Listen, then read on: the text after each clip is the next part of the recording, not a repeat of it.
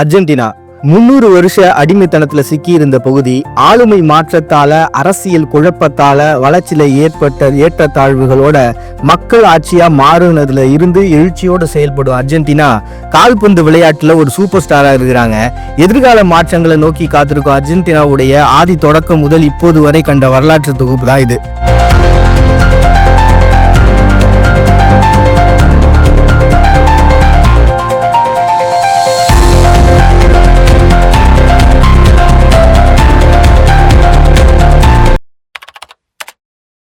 இருபத்தி 1,000 வருஷத்துக்கு முன்னாடில இருந்து இங்க மனுஷங்க வாழ்ந்துட்டு இருக்காங்கன்ற ஒரு ஆய்வுகள்லாம் இருக்கு. இந்த ஆய்வுகளுடைய முடிவு 2015 நியோஸ் லெரகாலிட் அப்படிங்கிற ஒரு பாலூட்டியினுடைய புதைப்படிவம் கிடைச்சது.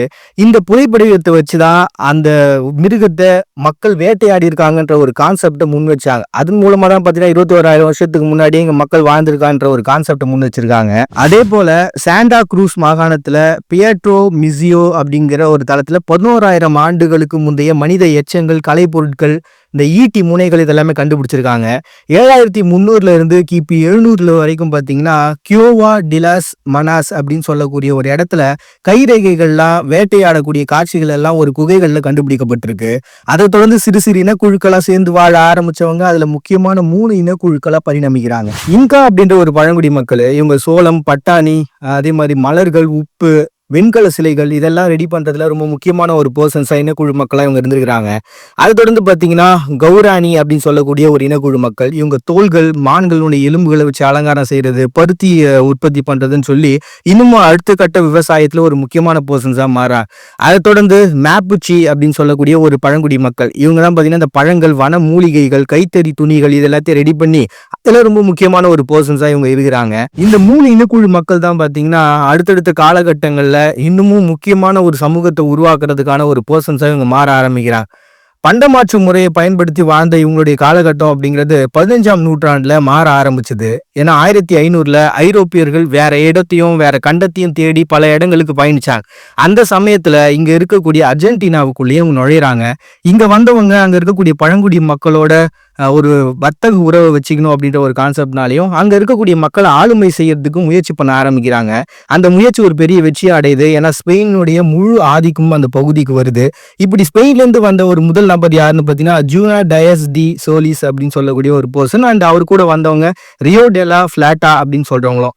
இவங்களை தொடர்ந்து வந்தவங்க தான் அர்ஜென்டினாவை முழுமையா தன்னுடைய கண்ட்ரோல்ல எடுக்கிறாங்க. விசரியல்டி ஆஃப் பெரு அப்படின்னு சொல்லக்கூடிய ஸ்பானியர்கள் இந்த உலகத்துல இருக்கக்கூடிய பல பகுதிகளோட சேர்த்து இங்க இருக்கக்கூடிய அர்ஜென்டினாவே தன்னுடைய கண்ட்ரோல் எடுத்துக்கிறாங்க. இப்படி 300 வருட ஆட்சி அப்படிங்கிறது இந்த ஸ்பானியர்களுக்கு தொடர்ந்து அந்த இடத்துல கிடைக்குது. இந்த ஒரு ஆளுமையில ஒரு மிகப்பெரிய வர்த்தகத்து மூலமா அதுல நிறைய பணம் பொருள்களை ஈட்ட ஆரம்பிக்கிறாங்க. பியூனஸ் ஐஎஸ் அப்படிங்கிற ஒரு இடத்த தலைநகரமா வச்சு தன்னுடைய ஆளுமையை செலுத்திட்டு வராங்க. ஸ்பெயினுடைய ஆட்சியில இருந்த இந்த பகுதியில பல மாற்றங்கள் அவங்க மூலமா இங்க கொண்டு வந்ததுதான். ஏன்னா ஆரம்பத்துல இருந்த பழங்குடி மக்களுக்கு அங்க இருந்த ஒரு வாழ்வியல் அப்படின்றது இயற்கை சார்ந்த ஒன்னாரா இருந்துச்சு. அதை தொடர்ந்து வந்த இந்த ஸ்பானியர்கள் தான் முதல்ல பாத்தீங்கன்னா இங்க கத்தோலிக்க உள்ள கொண்டு வராங்க. அந்த மதம் மூலமா ஒரு பெரிய எழுச்சி, பெரிய மாற்றங்கள்ன்றது மக்கள் மத்தியில நிலவ ஆரம்பிக்குது. அதை தவிர்த்து பாத்தீங்கன்னா இங்க இருக்கக்கூடிய வளங்களை பல பகுதிகளுக்கு வர்த்தகத்தின் மூலமா ஏற்றுமதி பண்ணி அனுப்புறது அப்படின்ற ஒரு கான்செப்ட் எல்லாம் பண்ணிட்டு இருக்காங்க. இப்படியே போன இந்த அடக்குமுறை அப்படிங்கிறது நெப்போலியன் ஒரு பக்கம் போர்களை புரிஞ்சுட்டு வர ஸ்பெயினோட அந்த போர்கள்ன்றது தொடர்ந்து நடக்க ஆரம்பிக்குது. அந்த போர்ல ஒரு பெரிய வீழ்ச்சியை இவங்க சந்திக்கிறாங்க. அந்த ஒரு வீழ்ச்சியை பயன்படுத்தி அர்ஜென்டினால இருக்கக்கூடிய மக்கள்லாம் சுதந்திர போராட்டத்துக்காக போராட ஆரம்பிக்கிறாங்க. இப்படி தொடர்ந்து போராட்டம்ன்றது ஒவ்வொரு பக்கமும் உயர்ந்து எழ அது மக்களுடைய ஒரு மிகப்பெரிய செல்வாக்கு கொடுக்க இறுதியா பாத்தீங்கன்னா அந்த போராட்டம் வெற்றி அடைஞ்சு மக்கள் சுதந்திரம் அடைகிறாங்க.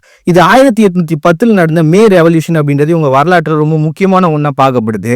ஏன்னா சுதந்திர போராட்டத்தினுடைய முதல் கட்டமா அர்ஜென்டினால ஸ்டார்ட் ஆன ஒண்ணுதான். ஒரு வாரம் நடந்த இந்த புரட்சி பாத்தீங்கன்னா ஸ்பெயின் ஒரு ஆதிக்கத்தையே நிலைக்குலைய வச்சது. அடுத்த தான் பாத்தீங்கன்னா 1816 இவங்களுக்கு சுதந்திரம் அப்படின்றது முழுமையா கிடைச்சது. இவங்களுக்கு சுதந்திரம் கிடைச்சதுக்கு அப்புறம் பாத்தீங்கன்னா உருகுவே, பொலிவியா இந்த மாதிரியான பிளேஸும் பாத்தீங்கன்னா சுதந்திரத்துக்காக போராட ஆரம்பிச்சிட்டாங்க. அர்ஜென்டினா ஒரு முன்மாதிரியாவே அவங்க எடுத்துட்டாங்க. இப்படி ஒரு வழியா ஸ்பெயினுடைய ஆதிக்கத்துல இருந்து முழுமையா விடுதலையான அர்ஜென்டினா இப்ப கிட்டத்தட்ட 62% கத்தோலிக்கு, மற்ற கிறிஸ்துவத்தை சார்ந்தவங்க 15%, மதமற்றவர்கள் 18%, யூதம், இஸ்லாமு, புத்தம், இந்துசம், ஆப்பிரிக்காவினுடைய முதன்மையான மதங்கள் இதெல்லாம் பார்த்தீங்கன்னா மீதி இருக்கக்கூடிய சதவீதமா அமைஞ்சிருக்கு. அதே போல ஸ்பானிஷ் 91%, பழங்குடி மக்களுடைய மொழிகள் 1.5%, அரபிக்கு, சீனம், ஹீப்ரு அப்படின்னு சொல்லக்கூடிய பிற மொழிகள்லாம் 2.5% இருக்கு. இப்படி அர்ஜென்டினா முழுக்க பார்த்தீங்கன்னா 4.55 கோடி மக்களா இவங்க பரிணமிச்சிருக்கிறாங்க. அர்ஜென்டினாவுடைய அரசியல் அப்படின்றது ஒரு குழப்பமான ஒரு அரசியலா, ஒரு சர்ச்சைக்குரிய ஒரு அரசியலா தான் இருக்கு. ஸ்பெயின் கிட்ட இருந்து சுதந்திரத்தை அடைஞ்சதுக்கு அப்புறம் பாத்தீங்கன்னா, ராணுவத்தினுடைய மோதல்ன்றது தொடர்ந்து உள்ள நடக்க ஆரம்பிச்சது. அதுல 1829 இருந்து 1852க்கு இடைப்பட்ட காலத்துல ஜூனா மேனுவல் ரோசஸ் அப்படின்ற ஒரு ராணுவ ஆட்சி இங்க நடத்திக்கிட்டு இருந்தாரு. அது ஒரு மிகப்பெரிய சர்வாதிகாரமான ஒரு ஆட்சியாகவும் பார்க்கப்படுது.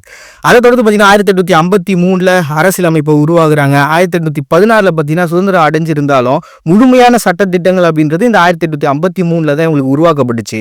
அது வந்து 1900 1950க்கும் இடைப்பட்ட காலத்துல தொழிலாளர் இயக்கங்கள் புரட்சிகள் அப்படின்னு தொடர்ந்து நடக்க 1946ல ஜூனா டோமிங்கோ பெரோன் அப்படின்ற ஜனாதிபதியா வராரு. இவர் தொழிலாளர்களுக்கு ரொம்ப முக்கியமான சலுகைகளை கொடுக்க ஆரம்பிக்கிறாரு. தொழிலாளர்களுடைய வாழ்வியல ஒரு மிகப்பெரிய மாற்றத்தையே உருவாகிறாரு. பெரோனிசம் அப்படிங்கிற ஒரு கான்செப்டே உருவாகிறாரு. சமூகம், நியாயம், பொருளாதாரம், தேசியவாதம்னு எல்லாத்தையும் உள்ளடக்கிய ஒரு முக்கியமான ஒரு கொள்கைகளோடு இயங்க ஆரம்பிச்சது. இவருடைய மனைவியான ஈவா பெரூன் அப்படின்ற மக்கள் நலத்திட்டத்தை செய்ய மதிப்புமிக்க ஒருத்தராகவும் இவர் மாத்துறாங்க. பெரோன் ராணுவம் 1955ல இவரை பதவியிலிருந்து தூக்கிட்டு அந்த இடத்துக்கு ராணுவத்தினுடைய ஆட்சியை கொண்டு வராங்க. இது ஒரு மிகப்பெரிய சர்வாதிகாரமான ஒரு ஆட்சியாகவும் அந்த காலகட்டத்தில் மறுபடியும் அமைய ஆரம்பிச்சது. 1976ல இருந்து 1983க்கு இடைப்பட்ட காலத்துல டர்ட்டி வார்னு சொல்லிட்டு இதை குறிப்பிடுவாங்க. அர்ஜென்டினால சித்திரவதை செய்யறது, மிரட்டுறது, மக்களை பேசக்கூடாதுன்னு பயம்புறுத்துறது, 30,000க்கும் மேற்பட்ட மக்கள் காணாம போயிருக்கிறது இவங்க வரலாற்றுல ரொம்ப கொடுமையான சம்பவங்கள்ல ஒன்னாவும் இந்த ஒரு காலகட்டம் பார்க்கப்படுது. இப்படி ஒரு சர்வாதிகாரம்ன்றது தொடர்ந்து நடந்துகிட்டே இருக்க இந்த ராணுவ ஆட்சி முறை அப்படின்ற 1982ல ஃபால்க்லாண்ட்ஸ் அப்படிங்கிற ஒரு போர் நடக்குது. இதுல பிரிட்டனும் அர்ஜென்டினாவும் தோக்குறாங்க. அதனால இந்த அர்ஜென்டினாவினுடைய ராணுவ பலம்ன்றது முழுமையா குறைய ஆரம்பிச்சது. இந்த நேரத்தை பயன்படுத்தி தான் பாத்தீங்கன்னா மறுபடியும் ஒரு பெரிய ரெவல்யூஷன் நடக்குது. இந்த ஒரு போராட்டத்துல ஒரு முக்கியமான ஒரு பர்சன்ஸை இவங்க வரலாற்றுல வச்சிருக்கவங்க லாஸ் மேட்ரிஸ் டி பிளாசி டி மேயு அப்படின்ற ஒருத்தவங்க. இவங்க தான் இந்த அரசுக்கு எதிரான அமைதியான ஒரு போராட்டத்தை வழிநடத்திட்டு போன ஒரு முக்கியமான ஒரு பர்சனா பாக்குறேன். 1983ல ராகுல் அல்போன்சின் அப்படின்ற ஜனாதிபதியா தேர்ந்தெடுக்கப்படுறாங்க. அதை தொடர்ந்து 2000ல பாத்தீங்கன்னா நெஸ்டார் கிரிச்னர் அப்படின்றவங்க ஜனாதிபதியா தேர்ந்தெடுக்கப்படுறாங்க. அவருடைய மனைவியும் பாத்தீங்கன்னா ஆட்சியில ஒரு முக்கியமான ஒரு பங்கு கொடுத்துருந்தாங்க. இப்படியே தொடர்ந்து போக இப்ப பாத்தீங்கன்னா ஜேவியர் மெலி அப்படின்றவங்க பிரசிடென்டா இருக்கிறாங்க. இவங்களுடைய அரசியல்ல ஏற்பட்ட பிரச்சனைகளும் குழப்பங்களையும் நம்ம எடுத்துட்டோம்னா ராணுவத்தினுடைய ஆட்சி முறை அதிகப்படியான முறையில இங்க ராணுவம் தன்னுடைய ஆளுமையை செலுத்தி இருக்கிறதுனால அவங்களுடைய எழுச்சி அப்படின்றது குறைவான ஒன்னதா இருந்தது. ஐசா நீர் நிறுவனம் அப்படின்னு சொல்லிட்டு ஒண்ணு இருக்கு. இது சுமார் 1.1 கோடி மக்களுக்கு நீர் சேவையை வழங்கிட்டு இருக்காங்க. இந்த நிறுவனம் கவர்மெண்ட் வந்து தனியார் துறையா மாறினது ஒரு மிகப்பெரிய சர்ச்சையை ஏற்படுத்திச்சு இவங்களுடைய அரசியல் வரலாற்றுல. அதே மாதிரி முன்னாள் ஜனாதிபதியா இருந்த பெர்னாண்டஸ் மீது ஊழல் வழக்கு அப்படின்றது இவங்க நாட்டுல ரொம்ப முக்கியமான ஒரு வழக்கா பார்க்கப்படுது. ஏன்னா இந்த வழக்கு பாத்தீங்கன்னா காப்பீட்டு திட்டத்துல ஏற்பட்ட ஒரு வழக்கா பார்க்கப்படுது. YPF அப்படிங்கிற எண்ணெய் நிறுவனம் இவங்க நாட்டுல இருக்கு. ஏன்னா இந்த நிறுவனத்தினுடைய கண்ட்ரோல் அப்படின்றது வெளிநாட்டுல இருக்கக்கூடிய பணம் படைத்தவர்கள்ட்ட இருக்கு. இப்ப அவங்க என்ன பண்ணிருக்காங்க அப்படின்னா அர்ஜென்டினால இருக்கக்கூடிய 2012 ஜனாதிபதி இந்த ஒரு எண்ணெய் நிறுவனம்ன்றது தேசிய உரிமை ஆக்கணும் அப்படின்னு சொல்லிட்டு அதுக்கான திட்டங்களை போட ஆரம்பிச்சாரு. ஆனா வெளிநாட்டுல இருக்கக்கூடிய அந்த பர்சன்ஸ் எல்லாம் என்ன பண்ணாங்கன்னா இது எங்களுடையது அப்படின்னு சொல்லிட்டு அதுக்காக வழக்கையும் இவங்க போட்டிருக்காங்க. இப்போ நடக்கிற தேர்தலையும் பெரும் இழுபறி அப்படின்னு தொடர்ந்து நடந்துகிட்டே இருக்கு. ஏன்னா நிறைய கூட்டணிகள்லாம் சேர்ந்துதான் இந்த ஒரு அரசை உருவாகுறாங்க ஒரு ஜனநாயக முறையில. இப்போ சரியான ஒரு கூட்டணி இல்லாம, ஒரு தரமான ஒரு கூட்டணி இல்லாம, ஒரு நிலையான ஒரு கூட்டணி இல்லாம இப்ப யாரு அங்க பதவியில வகிக்கிறது அப்படின்னு சொல்லிட்டு அதுல நிறைய இழுபறிகள்ன்றது இப்ப சமீபத்துல அங்க நடந்துட்டு இருக்க ஒரு பிரச்சனையா இருக்கு. பொருளாதாரத்தை பொறுத்த வரைக்கும் அர்ஜென்டினால சோயா, எண்ணெய் 30% உலக நாடுகளுக்கு இவங்க ஏற்றுமதி பண்றாங்க. அதுவும் மாதிரி இது சோளம் ஏற்றுமதியிலே இவங்க முதன்மையான ஒரு நாடு தான். சீனா, ஐரோப்பாவுக்கு இவங்க உயர்தர இறைச்சியை, மாட்டு இறைச்சியை இவங்க ஏற்றுமதி பண்ணிட்டு இருக்காங்க. கோதுமை முக்கியமான ஒரு உணவுப் பொருளாக ஏற்றுமதி பண்ணப்பட்டு இருக்கு. சூரியகாந்தி எண்ணெய், எரிவாயு, ஆயில் கேஸ் ஏற்றுமதி பண்றாங்க. விலங்குகளுக்கான உணவுப் பொருள் மென்டோசா அப்படின்ற பகுதியில இருந்து உலகிற்கு ஏற்றுமதி ஆகக்கூடிய ஒரு முக்கியமான ஒயின் பார்த்தீங்கன்னா இவங்க நாட்டில இருந்து ஏற்றுமதி பண்ணப்படுது. இது உலகத்தில் இருக்கக்கூடிய டாப் மோஸ்ட் 10ல 5வது இடத்துல இருக்கிறாங்க. சர்வதேச சுற்றுலா வருமானம் USD பார்த்தீங்கன்னா 7 பில்லியன். உலகத்திலேயே வந்து கம்பளி உற்பத்தியிலே இவங்க 10வது இடத்துல இருக்கிறாங்க. லித்தியம் உற்பத்தியில 4வது பெரிய நாடு, வெள்ளியில 11வது பெரிய நாடு, தங்கத்துல 17வது முக்கியமான நாடு. அதே மாதிரி இப்போ டேக்கு 5 லட்சம் பீப்பாய்கள் பெட்ரோலை வந்து இவங்க உற்பத்தி பண்ணிட்டு இருக்காங்க. 1991ல பார்த்தீங்கன்னா கானே அப்படின்னு சொல்லக்கூடிய 2 செயற்கைக்கோள்களை இவங்க வந்து ஏவி இருக்கிறாங்க. இன்ட்ரெஸ்டிங்கான ஃபேக்டை பொறுத்த வரைக்கும் உலகின் கடைசி நகரம் எண்ட் ஆஃப் த வேர்ல்டு அப்படின்னு சொல்லக்கூடிய உஷுவாயா அப்படின்ற ஒரு நகரம் இங்க இருக்கு. மரடோனா, லியோனார்டோ மெஸ்ஸி இந்த மாதிரியான கால்பந்துல ஒரு முக்கியமான பர்சன்ஸ் எல்லாமே பார்த்தீங்கன்னா இவங்க நாட்டில இருந்து வந்தவங்க. ஏன்னா இவங்க வந்து பார்த்தீங்கன்னா கிட்டத்தட்ட ஒரு 3 டைம் உலக கோப்பையை வென்றிருக்காங்க கால்பந்துல. உலகத்துல 5வது பெரிய ஒயின் தயாரிக்கக்கூடிய கம்பெனி இங்க இருக்கு. டேங்கோங்கிற நடனம் இவங்க நாட்டில தான் உருவாகிருக்கு. குவானாகோ, அன்பீஸ் அப்படின்னு சொல்லக்கூடிய அரிய வகை உயிரினங்கள்லாம் இவங்க நாட்டில் இருக்கு. தென் அமெரிக்காவினுடைய உயர்ந்த சிகரம் சொல்லக்கூடிய சிகரமானது 6960 மீட்டர் வரைக்கும் உயரம் கொண்டது. அது இந்த இடத்துல தான் இருக்கு. உலகின் பெரிய நீர்வீழ்ச்சி இகுவாசு ஃபால்ஸ் அப்படின்னு சொல்லிட்டு உலகின் 2வது பெரிய எரிவாயு களஞ்சியங்க இருக்கு. 5 நோபல் பரிசு பெற்ற விஞ்ஞானிகள் இவங்க நாட்டுக்கு சொந்தமானவங்க. லா ரேகோ லெட்டாங்கிற மர்மமான கல்லறை இந்த இடத்துல இருக்கு. ஏன்னா இந்த கல்லறையை பார்த்தீங்கன்னா ஹிட்லரோட சம்மந்தப்படுத்தி பேசுவாங்க. அவர் கடைசி இங்கே தான் புதைக்கப்பட்டாங்க அப்படின்ற ஒரு கான்செப்ட் சார்ந்த ஒரு நிறைய விஷயங்கள் இங்கே நடக்குது. ஸோ அதனால பார்த்தீங்கன்னா இந்த ஒரு கல்லறை ரொம்ப இம்பார்ட்டண்டான ஒன்றா அர்ஜென்டினால இருக்கு. இன்வென்ஷன்ஸை பொறுத்த வரைக்கும் 1947 நோபல் பரிசு பெற்ற டாக்டர் பெரியார்டோ ஹவுசே அப்படின்றவங்க இன்சுலினை கண்டுபிடிச்சிருக்கிறாங்க. டாக்டர் மேரி கிளாரி கிங் அப்படின்றவங்க டிஎன்ஏ மூலமா அடையாளம் காணக்கூடிய ஒரு டெக்னாலஜியை கண்டுபிடிச்சிருக்காங்க. ஆல்பர்ட் சாபின் அப்படின்றவங்க டாக்டர் ஜூலியோ மேஜிட் அப்படின்றவங்க போலியோக்கான தடுப்பூசியை கண்டுபிடிச்சிருக்காங்க. ஜுனின் ரேஸ மரபணு காய்ச்சலுக்கு பார்த்தீங்கன்னா மெடிசனை கண்டுபிடிச்சிருக்காங்க. ஏன்னா இந்த ஒரு வியாதி அர்ஜென்டினால மட்டும்தான் இருக்கு. அதே மாதிரி ஆர்டிஃபிஷியல் இன்சாமினேஷன் அப்படின்னு சொல்லக்கூடிய மாட்டிற்கான பிரசவ முறையும் இங்க உருவாக்கப்பட்டிருக்கு. 1990 பார்த்தீங்கன்னா போர்ட்டபிள் ஃபயர் எக்ஸ்டிங்விஷனரி அப்படின்னு சொல்லக்கூடிய அந்த ஃபயரை அணைக்கிறதுக்கான மிஷினானது இவங்க நாட்டில் கண்டுபிடிக்கப்பட்டிருக்கு. டிராஃபிக் லைட்டினுடைய அந்த டைமரு இவங்க நாட்டில் முறையாக உருவாக்கி இருக்காங்க.